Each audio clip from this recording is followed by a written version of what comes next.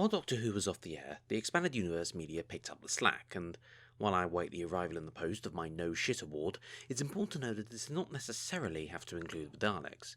They were hardly prolific appearers in the VNAs, for instance, of the fandom's continuation throughout most of the early part of the Wilderness years. And while they are very much part of the show's DNA, this was to be expected. Different creators would have different thoughts on them and how well they applied to their stories, and not least the control exerted by Terry Nation and latterly his estate over the creations that had made him stonking rich. Nevertheless, despite all that, Big Finish did quickly go on in on the Daleks, for which I think there are two reasons. Firstly, that Nicholas Briggs is rather a fan of the Daleks, to put it mildly, which has meant they have been used quite heavily throughout all of Big Finish's run, some would argue at many points overused.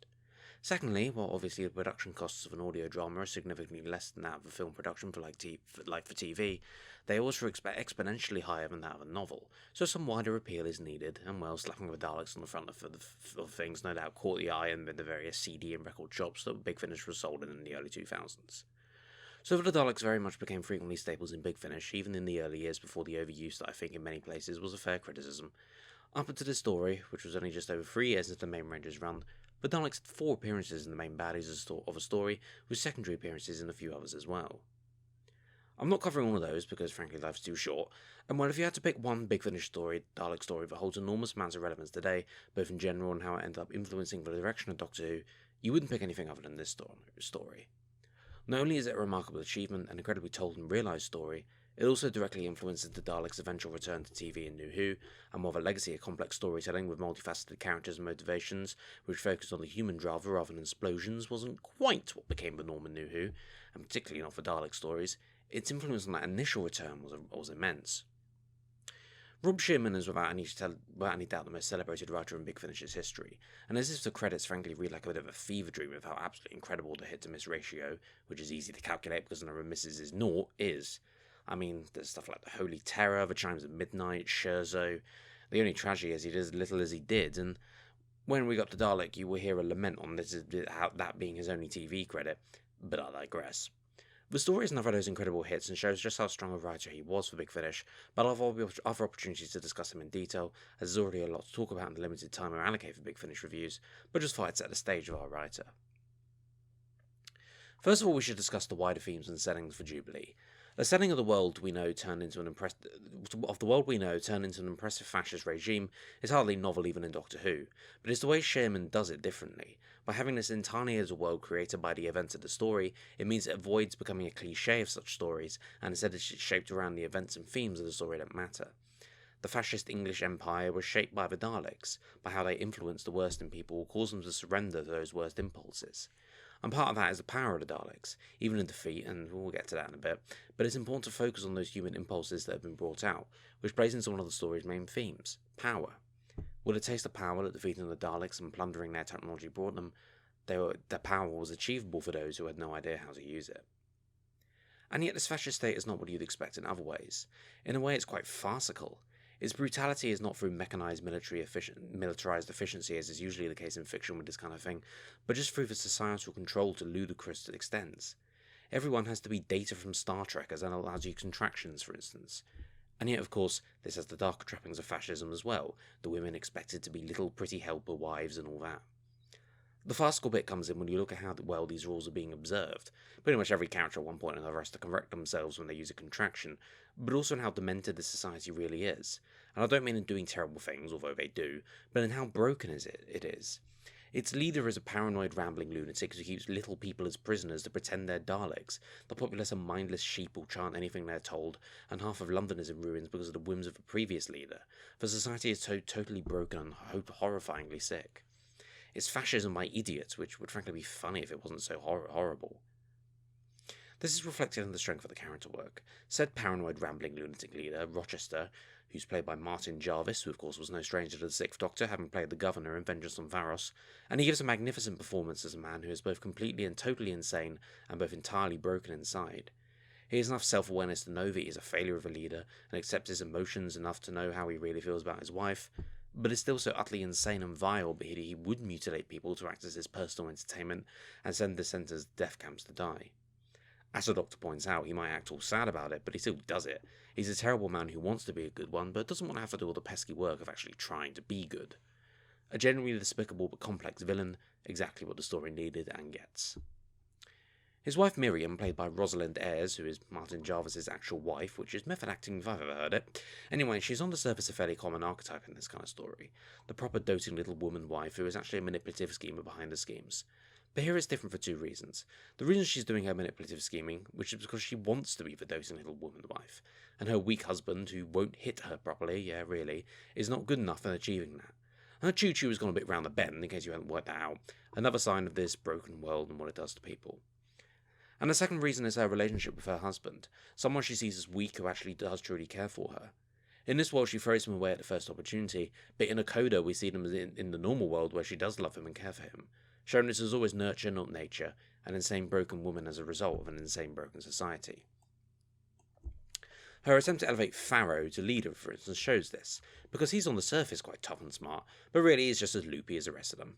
One of the crowning scenes of the story is where he frees the Dalek and gives it its weapon, intending to use it as a weapon without giving the tiniest amount of thought as to what that entails, because he's a strong man who is happy giving orders to kill all the time.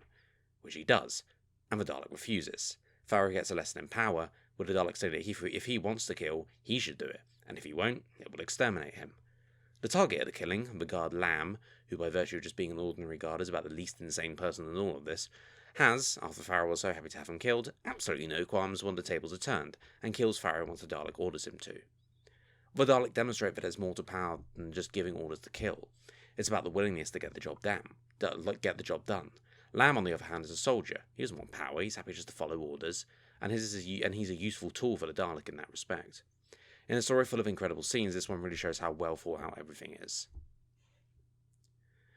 When I talked about Evelyn's introduction in The Marian Conspiracy, I discussed how she was the perfect combination of tough and no-nonsense with care and sensitivity.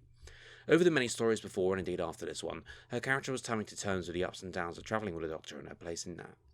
Her realisation in this story is an important one, indeed her coming face to face with the other Doctor of how important it is to her is a major moment for her. But the main role in the story is her relationship with this one Dalek and her interactions with it. See, I will praise Dalek a lot when I review it, but there are certain elements of it that are far less complex than here. And that is to be expected, and not really a criticism of that episode in any real way. It was for a far wider audience, and less than half the time to do it all in, so there are certain trade-offs that have to be made. For instance, if a Dalek tricks Rose into thinking it's a vulnerable creature because of her not knowing about it, rather than Evelyn already having met the Daleks and knowing its true nature, and going into those interactions anyway. And the Dalek becoming more humanised through the handprint ex machina, rather than it being what the Dalek goes through, its life, its interactions, what it sees and learns that causes it. Again, it's understandable given the format change, so it's not a criticism of Dalek, but it does show how in this audio the complexity is just so much more, works so much more. Evelyn interacts with the Dalek and does not allow it to take advantage of her, because, as I said, she's met them before and knows what they are and what they can do. She's afraid of it, but she also is strong enough to not let it dominate her. What she sees in it is not just a misguided affection for something in pain, she sees it as change from what she knows, and that is now more than just its nature. Likewise, the Dalek sees in her someone who understands what it's going through, not torturing it, but also not being condescending, treating it like a poor pet like Miriam does, because that's not what it is. It's confused about what it is and what it has become, unsure of its changed nature, and Evelyn is the only one who understands that. The relationship comes about through those interactions and that connection. As for the Doctor, it's important to remember that this is a different Sixth Doctor from the TV. He's, well, not a flaming arsehole. He can be brash and uncompromising, and he refused to bow down to villains, but it's in a very different way. His interactions with Rochester, for instance, show he is biding this time and understands his position, and his tone is thoughtful enough to let his disapproval of Rochester shine through, but to playing along in a way that the poor dope barely even understands the Doctor is criticising him. His interaction with the Dalek, however, shows his own state of mind, and underscores the Doctor's attitude towards the Daleks in general, and indeed shows why Evelyn was the only one who could reach it. He is simply unwilling to accept the Daleks as are anything other than what they are.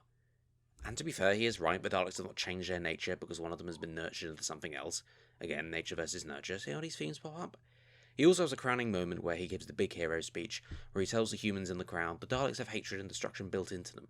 They do not, and it's all the more damning they've taken this path anyway, but with how sick and broken this society is, he might as well not waste his breath. And this finally brings us to the Daleks, and specifically the surviving Dalek itself. See, as I said in Dalek, this is a biological change caused by a handprint MacGuffin. But here it isn't. There's nothing that biologically, even psychologically, separates the Daleks from all the others, and indeed how it was before. The change is entirely through its circumstances and interactions, seeing the humans around it, learning about their nature, the nature of power. It's the Dalek that grows beyond, and I like that it's never given a scientific explanation as to why, because it doesn't need one. A Dalek itself is not a Borg drone, or to use a Doctor Who analogy, a single Cyberman. It's not an individual, it's an individual, programmed to obey, of course, but that's entirely because of the trappings of its nature and its society. If there's nothing left to obey, then it doesn't simply act as if reality doesn't exist. It has emotions and thoughts, and this Dalek has acted upon them. It feels like it's learning from itself, learning from Evelyn, how Evelyn reacts to it, how Pharaoh and Miriam try to use it. An amazing scene I mentioned earlier where the Dalek realises the power it in itself has. We go through this one Dalek's arc, already in a state far beyond any normal Dalek, but where it has to become something new. And yet it goes through this journey fighting against its own changes and trying to re-establish its nature, to the point where it pitifully has to beg the Doctor, unfortunately for it the old mad Doctor rather than the normal one, to give it orders. A futile fight against its situation as well as its evolution, a desperate cry to be given something to bring it back into what it knows. It's a Dalek being in circumstances beyond what it had been able to understand, having to make a real choice and put events into its own hand rather than just exterminating and destroying, as it's told to do. And there's no shock when it decides it would rather die instead. Not like in Dalek, where it died because it hated what it had become, but here it surrenders to the execution because it simply cannot deal with the idea of the alternatives, having to be more than it was ever designed to be. And again, there's not a criticism of the Dalek, it was a different thing entirely, but here the complexity in just a few scenes and actions speaks volumes. The Daleks themselves are also analysed in such a way that dives into complexities rarely seen. What we really see is that their entire philosophy is a lie. Their society based on superiority, hatred and destruction is contrasted obviously with the human one, and that human one is broken and dying. And the differences in nature are obvious, yes, but as the Doctor rightly points out, the Daleks can no more live in peace with each other than the humans can. Their victorious society, just as its English Empire was victorious, will turn on each other into the self-destruction just as much. It shows the flaws of the Daleks, and yet how they are such a menace that they are, as it's their power that allows them to almost be victorious, because in the end power is the ability to act on the possibilities of that power. And they can, and the humans are either squabbling, rambling lunatics or both, couldn't possibly. And it's also worth remembering, of course, that the Daleks lost in the beginning, and yet still the human society takes after them. Their power means that they won anyway. And yet, that ending also shows power comes with the ability to act or not to act. That one Dalek decided to act, and that's where the real power was, and that's where the real victory was. It's funny, really, that I've barely even scratched the surface of the story. I've looked at the most basic parts of it, and it probably could have sustained a full review like I do for the TV stories, but that would have had to have been on the 2-week cycle, and I've got a tight schedule for the year, so probably wouldn't have worked. But there's so much more I could have talked about and discussed, so many brilliant subtleties and complexities in an expertly crafted and performed piece. It's an astonishing achievement, and one that deserves no less than a final score of 10 out of 10, among Big Finish's finest ever achievements.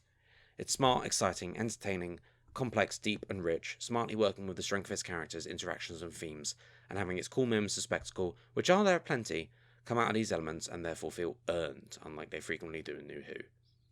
A template for Dalek stories forever, I think, and indeed Russell T Davies obviously felt that way, as a reintroduction of the Daleks to TV would be a very loose adaptation of this story, built on the foundations and crafting something new.